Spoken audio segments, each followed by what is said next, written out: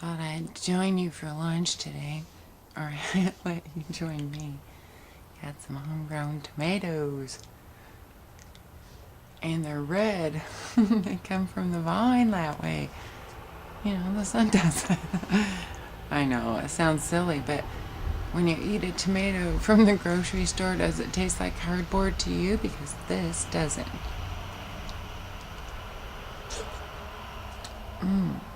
Oh, see how red that is? A little sea salt on there. Oh, dripping down my cheek.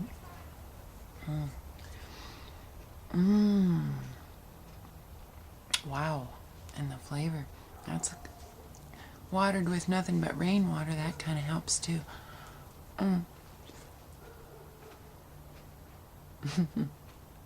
Tink likes tomatoes. So she's give me some. I'm also going to have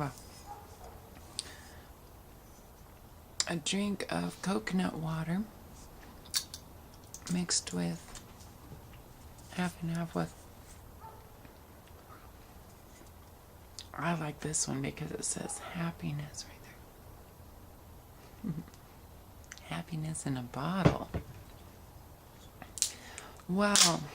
Trying to slow down my thoughts enough just to sit and talk with you for a minute. I've been thinking about something today. About the happiest people on earth. I've thought about it for years, actually. What makes up happy, you know? And kind of came to a bottom line thought of that today. I think my own personal experience with people is that the homeless are the happiest people on earth. Yeah. And why would that be? Because, well, they're not attached to anything. They're living their own free will, God's will, in each and every day. Getting food the way they need to get it, which is a free way.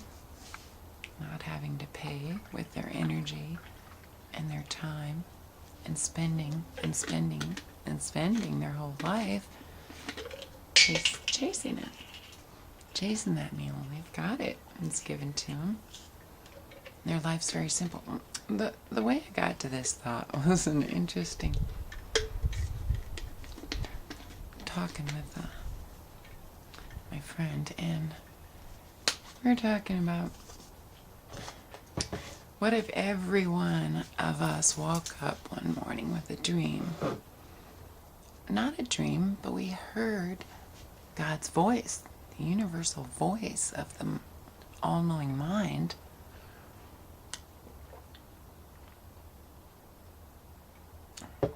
We all heard, this is it. This is Judgment Day. You know? This is the day we've all been waiting for. And by the end of the day, it'll all be over.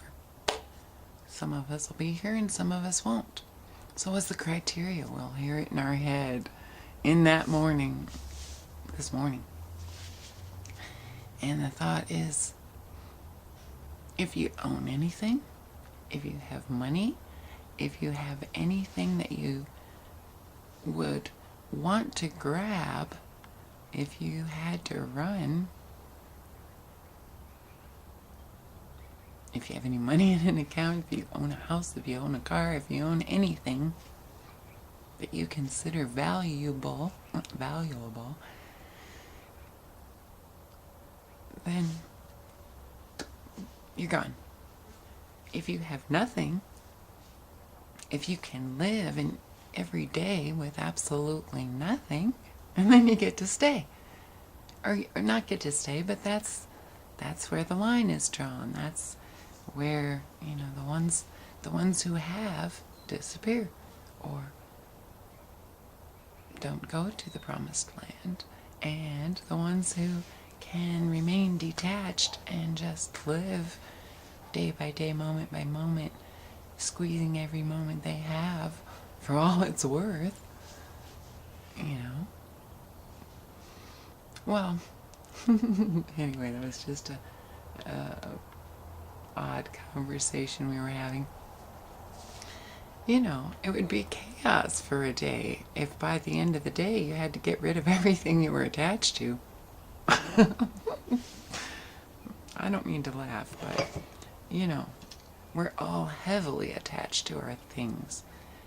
And we're heavily attached to the jobs we have that create the money that pays for those things. And those jobs draw us away from each other and create a separation where if you don't have enough money or you don't have the best things and the best of the best, well, you're not successful. Successful at what?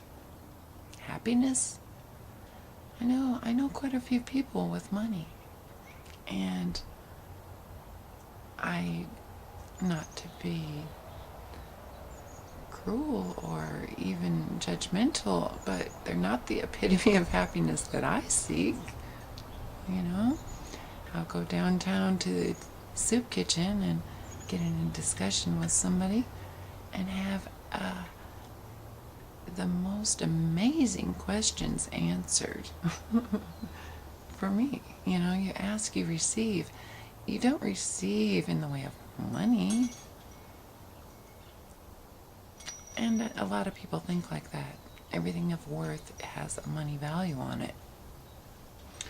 Well, we're about to learn hard and heavy that love, you can't define it, you can't put a value on it, and there is no way that we can be better at it. You know, you just do it. You just be it. You just seek it. You seek opportunities to express it and generate it and flow with it and feel it with another human being or another animal, you know. Animals get so left out of our consciousness when really, now they will be the ones because, well, the domesticated ones, of course, they're more human-like and they're not going to quite get that level, but yeah, the animals have what we have, only we've clouded it with so much of our own written means of manipulating thought. Not just written, but anyway, animals. All of the animals on Noah's Ark, they all got it. They all get it.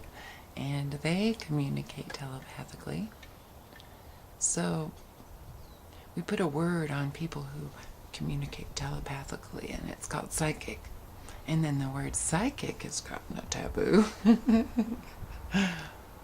How could it? I'm not sure. Yeah, we all have minds that connect with the mind of all that is. All that is God. It's all the same. We all connect to that one mind. And there's no way for one to be more than the other. There's no way for my mind to work better with God than the squirrel that's over there climbing down the pole, you know? Actually, I look up to him because he knows things I don't know, and he's telling me something's coming. And he is out there on the pole daily. I was going to film him a few minutes ago just telling me something. But because of my clouded, blacky mind, I can't quite hear him. But anyway, so this is a nutritious lunch, I feel. I like to eat 90+% raw. No use cooking it. It tastes so good fresh. And if you can get one fresh out of the garden, that is heaven. It's the promised land. Yeah, we're supposed to be eating like that all the time.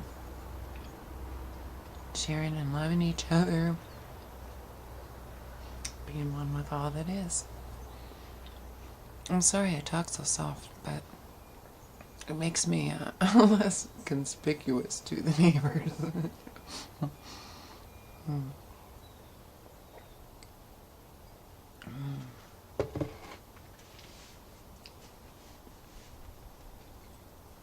We can all be the happiest people on earth. Seriously.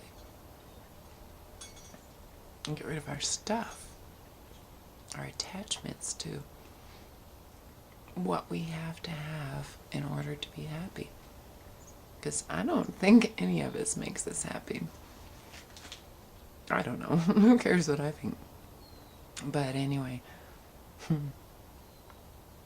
thanks for watching. I love you guys.